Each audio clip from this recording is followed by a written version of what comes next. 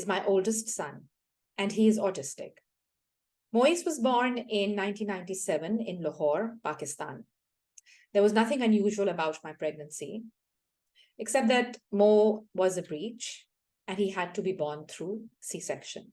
About a month or so after birth, Moise began getting croup attacks. Croup is a kind of virus that attacks the muscles of the esophagus, and it causes breathing difficulties. The child then has to be administered steroids and nebulized for a few days till the virus subsides.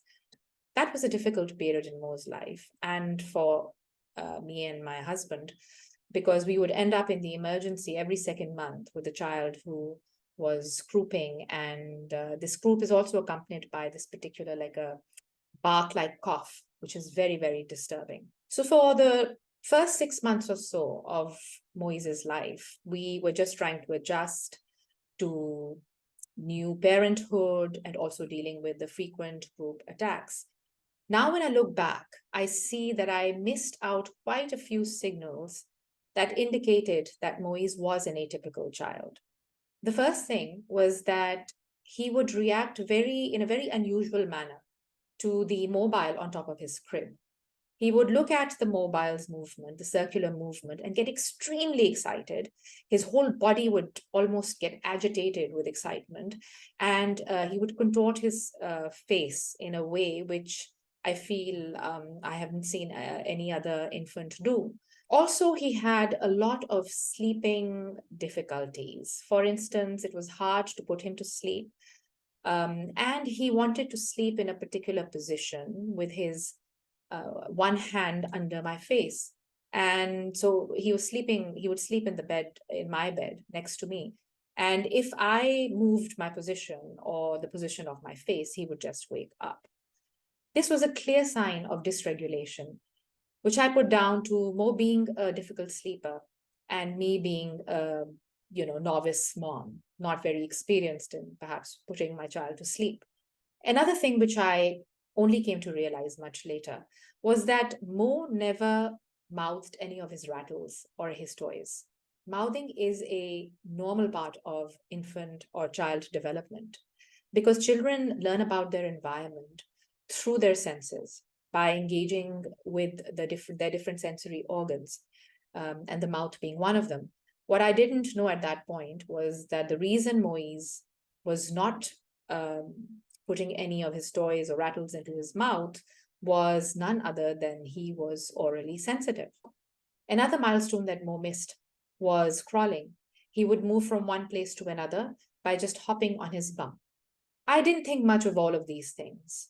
Like I said, I was quite a carefree new mother. I had no other children to compare Mo with.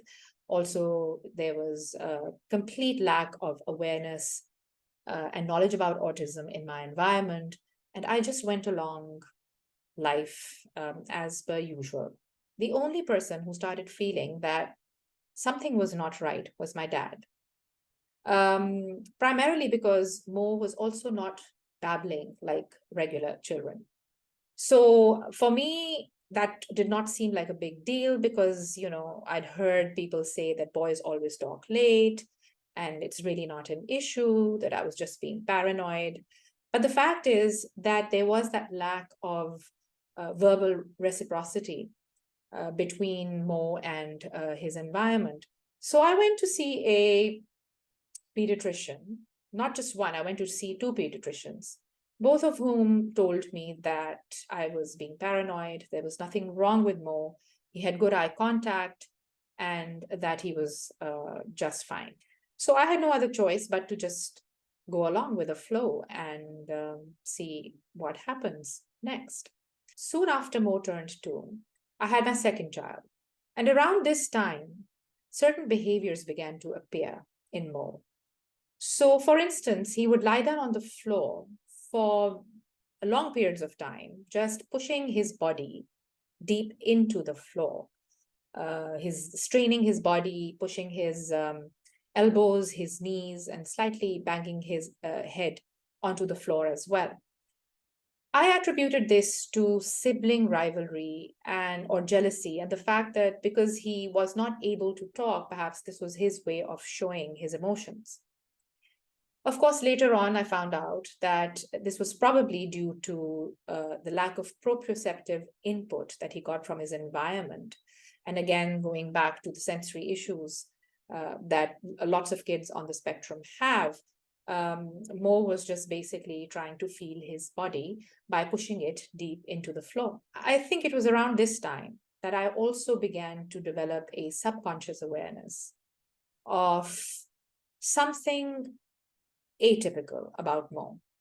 But I'd been to the doctors. They had given me a clean chit. And frankly, I didn't know what else to do. So life went on till one day my husband came back from office and he said that his company wanted him to move to Singapore. And I said, fine, let's go. And that's how we ended up in Singapore.